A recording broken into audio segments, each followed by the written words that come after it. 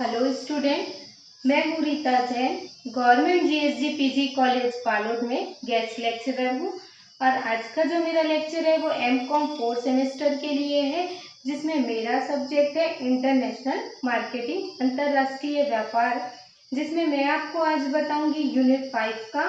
और इस part first में मैंने आपको जो बताया था निर्यात वित्त के बारे में और उसके पूरे डिटेल बताए थे। और आज के पार्ट में मैं निर्यात प्रलेख बताऊंगी, जिसका पार्ट 2 है आज। और फर्स्ट पार्ट में मैंने आपको जो है निर्यात प्रलेखों के बारे में बताया था कि निर्यात प्रलेख जो होते हैं वो भुगतान मार्ग के अंतर्गत और निर्यात मार्ग के अंतर्गत जो है कौन कौन सी प्रक्रियाएं की जाती है, क्योंकि अंतर्राष्ट्रीय व्यापार की जो प्रक्रिया होती है वो बहुत जटिल होती है, जिसके अंतर्गत बहुत सारे डॉक्यूमेंट जो है वो तैयार करने पड़ते हैं।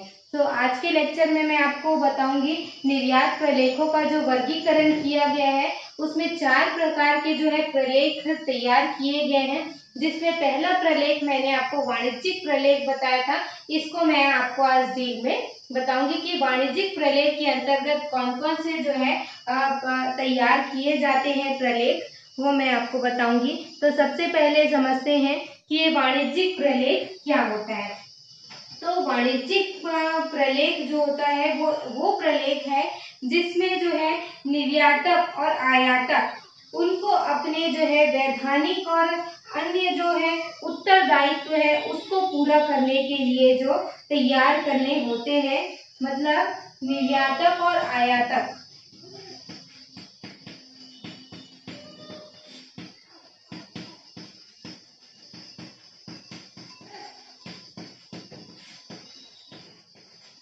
निर्यातकों और आयातकों को अपने उत्तरदायित्व को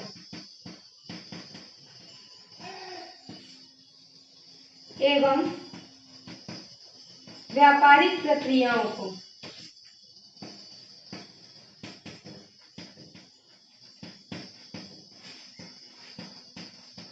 पूरा करने के लिए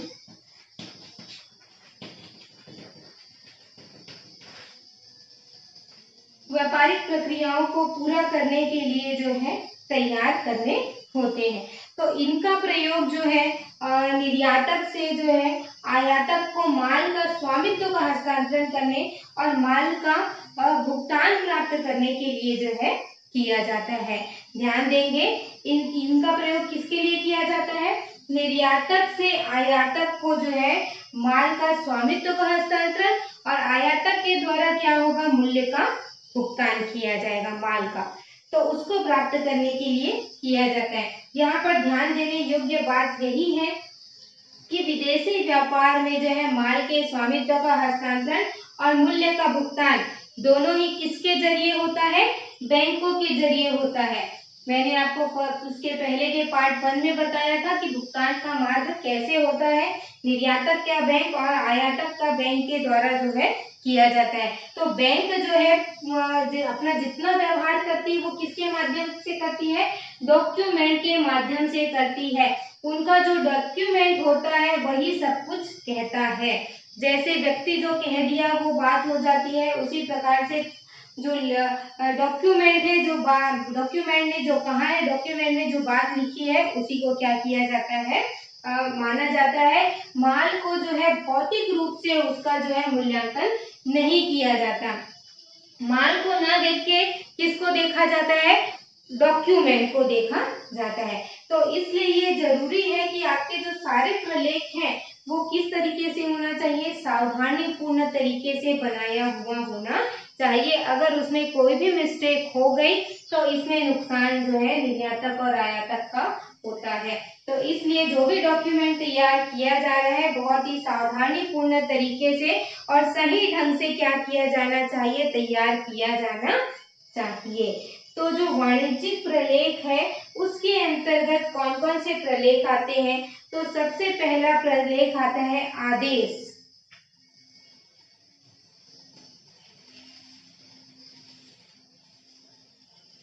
वाणिज्यिक प्रलेख के अंतर्गत सबसे पहला प्रलेख आएगा आदेश।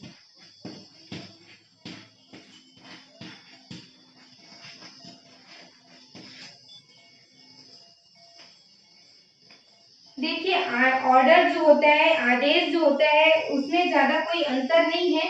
इंटरनेशनल मार्केट के अंतर्गत इसको बोलते हैं इंडेंट।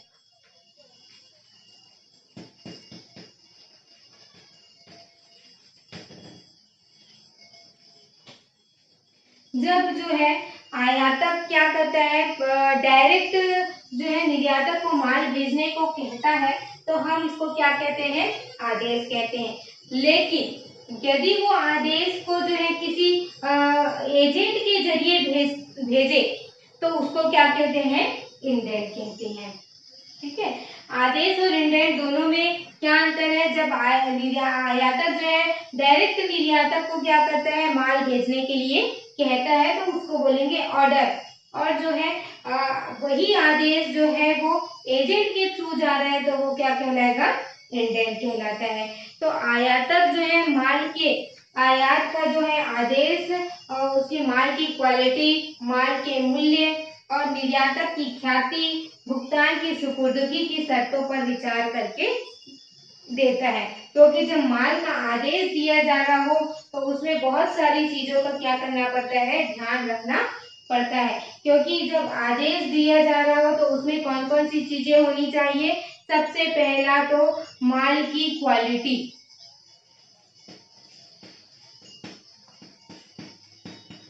माल की गुणवत्ता, और उसमें आपको मात्रा भी बतानी जरूरी है, क्वांटिटी, कि आप जो है कितनी मात्रा में माल खरीदेंगे। तो जब आदेश दिया जा रहा हो, तो उसमें जो है माल के क्वालिटी का जो लेवल है, उसका उल्लेख होना चाहिए। साथ ही साथ जो है टेक्निकल सौदे जो होते हैं, उसका भी जो है कई बार क्या रहता है, पूरी बुक छपी हुई होती है, तो उसमें जो है उसकी पूरी क्वालिटी के बारे में भी वर्णन हो सकता है। और चाहे हो सके तो माल की क्वालिटी का जो है नमूना के बेस्ड पे भी हो सकता है। और माल का जो आकार है, उसका वर्णन भी जो है आदेश में किया जा सकता है। तो माल का आदेश जो है वस्तु के नाम, उसके पेटेंट के नाम से भी क्या किया जाता है, दिया जाता है, उसके ब्रांड, उसके ट्रेडमार्क के हिसाब से। और साथ ही साथ कितना माल चाहिए, अर्थात कि माल की मात्रा का वर्णन भी जो है आदेश में किया जाना चाहिए। जैसे कि कितना टन में चाहिए, या कितना मीटर चाहिए, कितना घन फुट चाहिए, जैसा जैसा सामान रहता है उसके हिसाब से उसकी जो है मात्रा निर्धारित होती है। तो मात्रा की का भी उसमें क्या होना चाहिए, पूरा वर्णन होना चाहिए कि आपको कितनी मात्रा में माल चाहिए।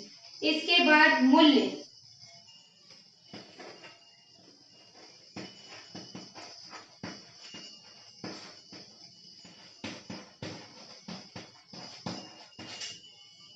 प्राइस, मतलब आयातक जो है जिस मूल्य पर माल खरीद रहा है, उसका उल्लेख भी आदेश में जरूर होना चाहिए।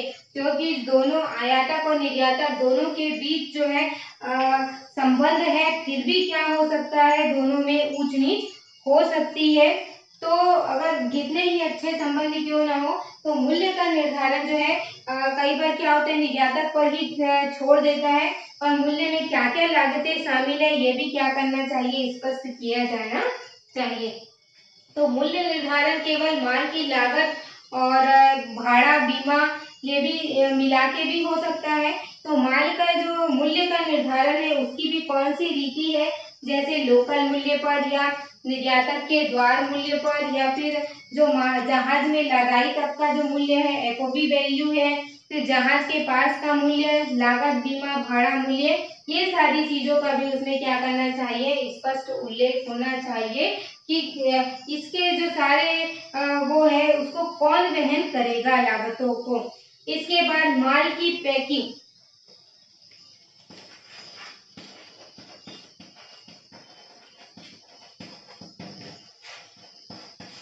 और उसको क्या करना, चिन्हित करना।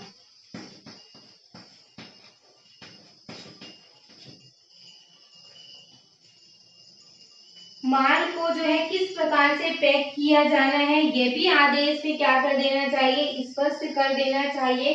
कि उसे बोरियों में भरना है, कि डिब्बों में भरना है, कि ड्रमों में पैक करना है, ये भी जो है आदेश में स्पष्ट कर दिया जाना चाहिए। और माल की अच्छे से पहचान हो सके, ताकि उठाई धराई के लिए भी जो है कुछ जैसे चिन्ह डाले जाते हैं। अगर कुछ नाजुक सामान है तो उसमें नाजुक लिखा जाता है, कोई ज्वलनशील पदार्थ है तो उसमें ज्वलनशील लिखा जाएगा, और उसका कोई मान लो कांच का आइटम है तो शीशा है, ध्यान से उठाएं, इस तरीके से उसमें जो है चिन्हित कर सकते हैं। इसके बाद प्रेषण व बीमे।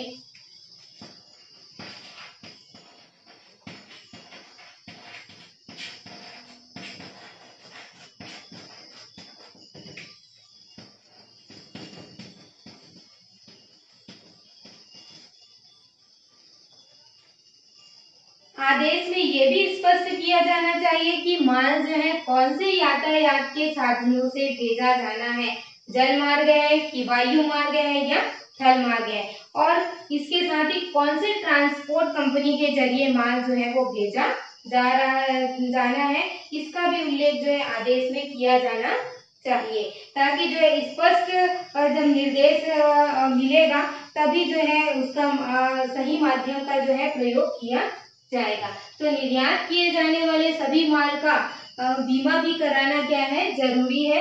यदि आयातक ने जो है बीमा कंपनी का नाम बताया है तो उनको जो है उसी बीमा कंपनी से जो है बीमा करवाना चाहिए। अब ये बीमा और प्रेषण के संबंध में निर्देश देने के बाद भुगतान।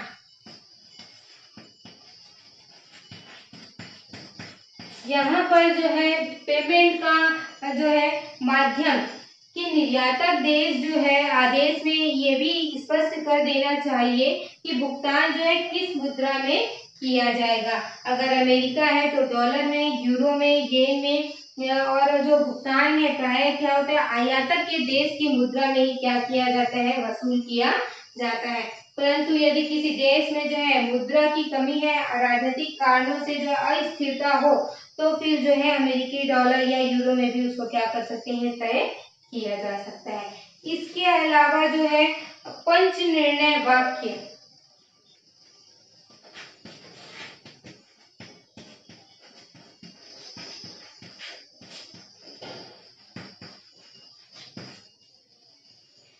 इसका मतलब है पंच निर्णय वाक्य यदि जो है लग रहे हैं अपने को आवश्यक है, तो ये भी उल्लेख होना चाहिए कि विवाद की दशा में जो है फैसले के लिए जो है निर्णायक कौन होगा, और जो है आपसी सहमति से जो है नियुक्त व्यक्ति को क्या किया जाएगा, सौंपा जाएगा। इसका भी जो उल्लेख है वो आदेश या इंडेंट में जो है कर लिया जाना चाहिए, और पंच का जो नाम है वो भी आदेश में लिखा जाना चाहिए। तो ये जो है महत्वपूर्ण प्रलेख है, वाणिज्यिक प्रलेख, जिसके अंतर्गत आदेश के लिए जो है ये प्रलेख तैयार किया जाता है, माल के आदेश के लिए।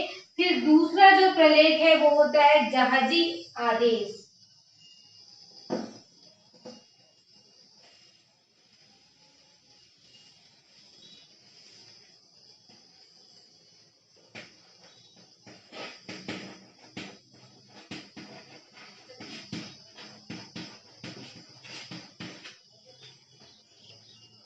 मतलब शिपिंग ऑर्डर। जहाजी आदेश जो है शिपिंग कंपनी और माल के जो प्रेषक है उसके बीच, दोनों के बीच क्या होता है, एक प्रकार का अनुबंध होता है, जिसमें जो है माल की ढुलाई की क्या लिखी होती है, शर्तें लिखी होती है।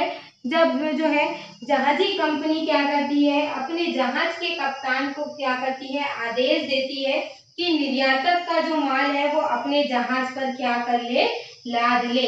तो ये जो आदेश दिया जाता है उसी को बोलते हैं जहाजी आदेश, क्योंकि बिना जहाजी आदेश के कोई भी माल जो है जहाज पर लादा नहीं जा सकता। जब तक कप्तान को आदेश नहीं मिलेगा तब तक जो है माल को जहाज में जो है लादा नहीं जाएगा। तो जहाजी आदेश जो है वो भी क्या करना पड़ता है, तैयार करना पड़ता है। उसमें जो चीजें लिखी रहेगी, जो शिपिंग कंपनी है उसका नाम लिखा रहेगा, उसके लेटर हेड में रहेगा, और जो जहाजी आदेश की संख्या है, डेट है, और अधिकारी का नाम लिखा रहेगा, जो कप्तान है उसका, और कहाँ से माल कहाँ तक भेजा जाना है वो लिखा रहेगा। साथ ही साथ उसमें जो है आदेश के पीछे में भी शर्तें भी दी होगी और कौन भेज रहा है उसका नाम, माल कितनी क्वांटिटी में है, उसका पैकेजिंग कैसा है, माल का पूरा डिस्क्रिप्शन रहेगा क्या माल है, और साथ में बंदरगाह का नाम और भाड़े की दर, भाड़ा कितना होगा वो, और ये सारी चीजें जो है उसमें लिखी होती है। और साथ में किसका होता है, साइन होता है निर्यातक का और जो है शिपिंग कंपनी है उसका, दोनों का साइन होता है। तो ये होता है जहाजी आदेश, शिपिंग ऑर्डर। मतलब कप्तान को ये आदेश दिया जाता है कि आप अपने जहाज में क्या कर लीजिए, माल लाद दीजिए। इसके बाद जो तीसरा जो है प्रलेख तैयार किया जाता है वो होता है व्यापारिक बीजक।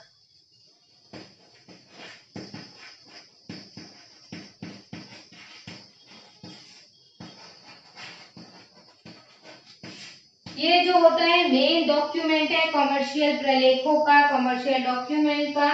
ये होता है व्यापारिक बीजक, जिसको निर्यातक बीजक भी बोलते हैं, इनवॉइस।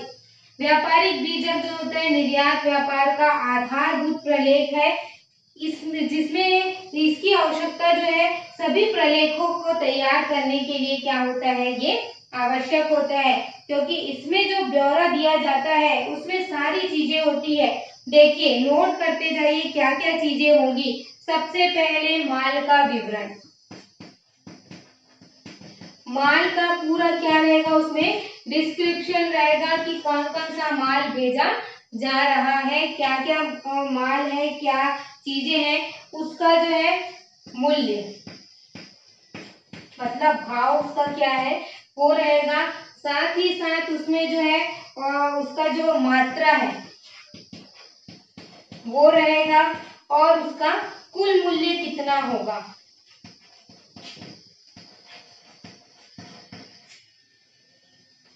कुल मूल्य कितना होगा।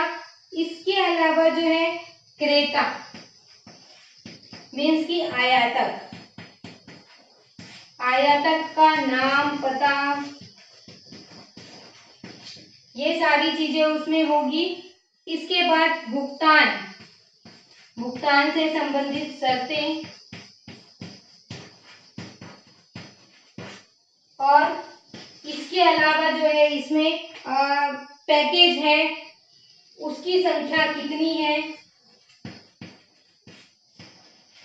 पैकेज का जो चिन्ह है वो भी इसी में आ जाएगा। और इसके अलावा जो है जहाज का नाम रहेगा और साथ ही बंदरगाह का भी नाम,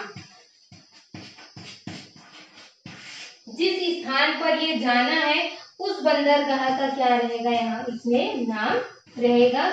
मतलब कि गंतव्य स्थान कौन सा है वो रहेगा, क्योंकि जो व्यापारिक बीजक है वो कई कॉपी में इसको क्या करना पड़ता है, तैयार करना पड़ता है, और सारे सरकारी दफ्तरों में और जो उनके दूतावास है उसमें भी ये क्या करनी पड़ती है, भेजनी पड़ती है। तो इनको जो है बहुत सारी कॉपियों में इसको क्या करना पड़ता है, तैयार करना पड़ता है। ये एक प्रारूप होता है, प्रोफॉर्मर होता है, जो कि एक व्यापारिक प्रथा है। जब भी निर्यात का सौदा तय होता है तब जो है माल के प्रेषण से पहले क्या करते हैं निर्यातक जो है आयातक की स्वीकृति करने के लिए जो है पहले उसको क्या करते हैं, कच्चा बीजक बनाता है और उसका प्रोफॉर्मर होता है और आयातक को सूचित करता है कि उसने जो है कितनी राशि चुकानी है और विक्रय की शर्तें क्या होगी। तो एक बार आयातक जो है उस पर हस्ताक्षर कर देता है तो निर्यातक और आयातक दोनों के बीच क्या होता है, अनुबंध हो जाता है। तो प्रारूप जो बीजक का होता है वो आयातक को जो है वित्त की व्यवस्था करना है, साख खोलना है, तो ये सारी चीजों में उनको क्या होती है, सहायता मिलती है। तो जो है आज की क्लास में मैंने आपको जो है वाणिज्यिक बीजक के बारे में बताया है कि वाणिज्यिक बीजक जो है वो क्या होता है। उसमें वाणिज्यिक प्रलेख जो होता है उसके अंतर्गत जो है 3 प्रकार के जो मुख्य प्रलेख है। पहला आदेश का प्रलेख, दूसरा जहाजी आदेश और तीसरा होता है व्यापारिक बीजक। तो ये जो व्यापारिक बीजक होता है उसका कार्य क्या होता है कि माल और उसकी पूरी मात्रा का क्या करना, वर्णन करना, और भुगतान कितना करना है उसका भी पूरा उसमें वर्णन होता है कि आयातक को भुगतान कितना करना है, कमीशन है तो कमीशन, बट्टा, और यदि घटाने के पश्चात कितना शुद्ध मूल्य जो है उसको चुकाना है। और साथ ही साथ पैकिंग, इसका भी कार्य उसमें दिया रहता है कि पैकेजिंग का पूरा ब्यौरा उसमें लिखा होगा, ताकि व्यापारिक बीजक को समझ करके जो है वो क्या कर सके, अपना माल जो है उस प्रकार से उनको पहुंच सके। इसके साथ ही साथ उसमें जो है पैकिंग लिस्ट भी होती है कि माल किस प्रकार से पैक किया गया है, बोरी में, पेटी में, उसका नाप तौल क्या है, ये सारी चीजें उसमें रहती है। तो आज की क्लास अपनी जो है यहीं पर एंड होती है। मैंने आपको जो है वाणिज्यिक प्रलेख के बारे में बताया है, और मैं अपने नेक्स्ट क्लास में आपको जो है निर्यात प्रलेखों का जो वर्गीकरण है उसके अंतर्गत नेक्स्ट बताऊंगी कि परिवहन प्रलेख क्या होता है। तो मेरे को ये आशा है कि आपको जो है क्लास समझ में आई होगी। कोई भी दिक्कत जाती है तो मुझे जरूर कमेंट करें, ताकि मैं आपकी उस दिक्कत का क्या करूं, समाधान कर सकूं। आज मैंने आपको जो है वाणिज्यिक प्रलेख बताया, ये पार्ट 2 है, ध्यान रखेंगे। और आगे के पार्ट में मैं अब आपको इसके बारे बाकी के प्रलेखों को अच्छे से डिटेल में समझाऊंगी। Thank you.